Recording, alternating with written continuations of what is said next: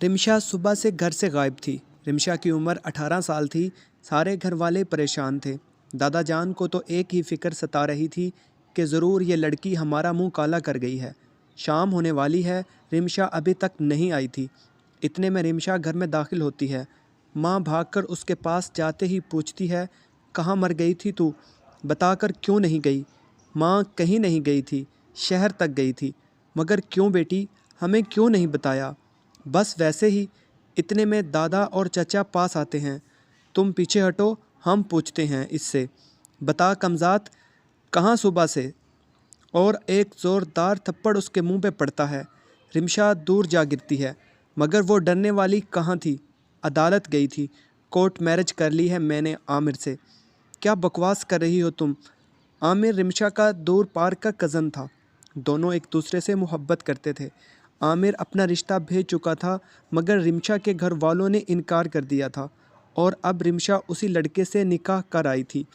इस लड़की को मैं ज़िंदा नहीं छोड़ूंगा। दादा अपने आप से बाहर हो रहे थे।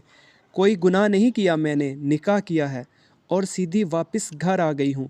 अब आप लोगों की मर्ज़ी, चाहे तो उससे रुखसत कर दे, चाहे सारी उम्र घर बिठाए रखना। ज़ुबान देखो इस लड़की की। एक और थप्पड़ रिमशा के मुंह पे पड़ता है।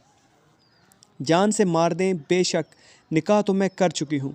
अब डोली नहीं, इस घर से तुम्हारी मैयत जाएगी।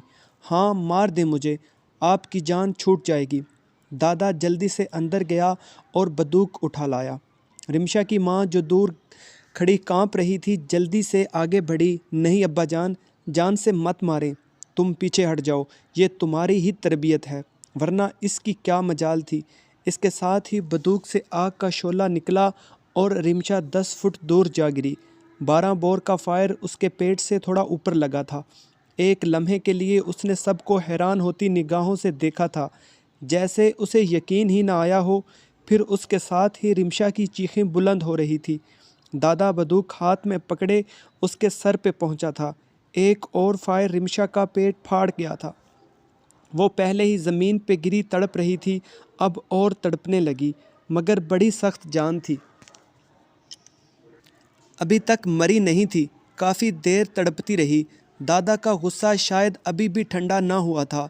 जल्दी से अंदर गया और टोका लिए वापस आया और तड़पती रिमशा का सर उसके धड़ से अलग कर दिया। सब बुत बने देख रहे थे, मगर किसी में आगे बढ़कर दादा को रोकने की हिम्मत ना थी। रिमशा का अब्बू शहर में जॉब करता था। उसे नहीं पता था कि ये सब मेरी बेटी के साथ हो चुका है। दादा छोटे बेटे रिमशा के चाचू से बोले, जाकर कब्रिस्तान में गड़ा खोद, मैं इस बदजात को लेकर आता हूँ। रिमशा की माँ आगे बढ़ी, अब्बा जी, मार तो दिया है, कब्र में डालने से पहले गुस्ल कफन तो मैयत का हक होता है। जो लड़कियाँ माँ बाप का हक अदा नहीं करती, हमें भी उसका हक अदा करने की कोई ज़रूरत नहीं है। रिमशा को उठाकर बगैर गुस्ल कफन के दादा दबा दिया जाता है। बात सारे गांव में फैल जाती है। कोई कह रहा है, ओ मेरे खुदा, इतना जुल्म। तो कोई कह रहा है, वाह क्या खूब किया, क्या गैरतमंद दादा था। जितने मुंह उतनी बातें। शाम को पुलिस आई और दादा को पकड़कर ले गई। चंद माह बाद दादा जेल से बाहर आ गया था। रिमशा के कत्ल पर सारे गांव में बातें हो रही थी कि अब कोई लड़की घर से भागने और चोरी निकाह करने की हिम्मत नहीं करेगी। मगर मेरा यकीन करें, तीसरे दिन एक शादीशुदा लड़की, रिमशा की दूर परे की रिश्तेदार ही थी, वो अपने आशना के साथ भाग गई। रात के अंधेरे में मैं सोच रहा था, ये क्या है? इतना बड़ा हादसा हुआ, फिर भी ये लड़की ना डरी और रात को घर से भाग गई। अब पता नहीं उसका क्या अंजाम होगा।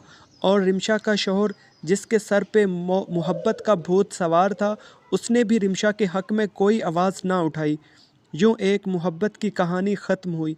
दोस्तों, ये 100% सच्चा वाक़या है। काश हमें समझ आ जाए। रिमशा ये कदम ना उठाती, और अगर उसने उठा लिया था तो दादा जान उसे जान से ना मारते, बल्कि उसी लड़के के साथ रुखसत कर देते। लेकिन नहीं, फिर हमारी गैरत कहाँ जाती? दोस्तों, कैसी लगी आपको हमारी आज की ये सच्ची कहानी? कमेंट्स करके ज़रूर बताइएगा। अगर आपने अभी तक चैनल को सब्सक्राइब नहीं किया तो चैनल सब्सक्राइब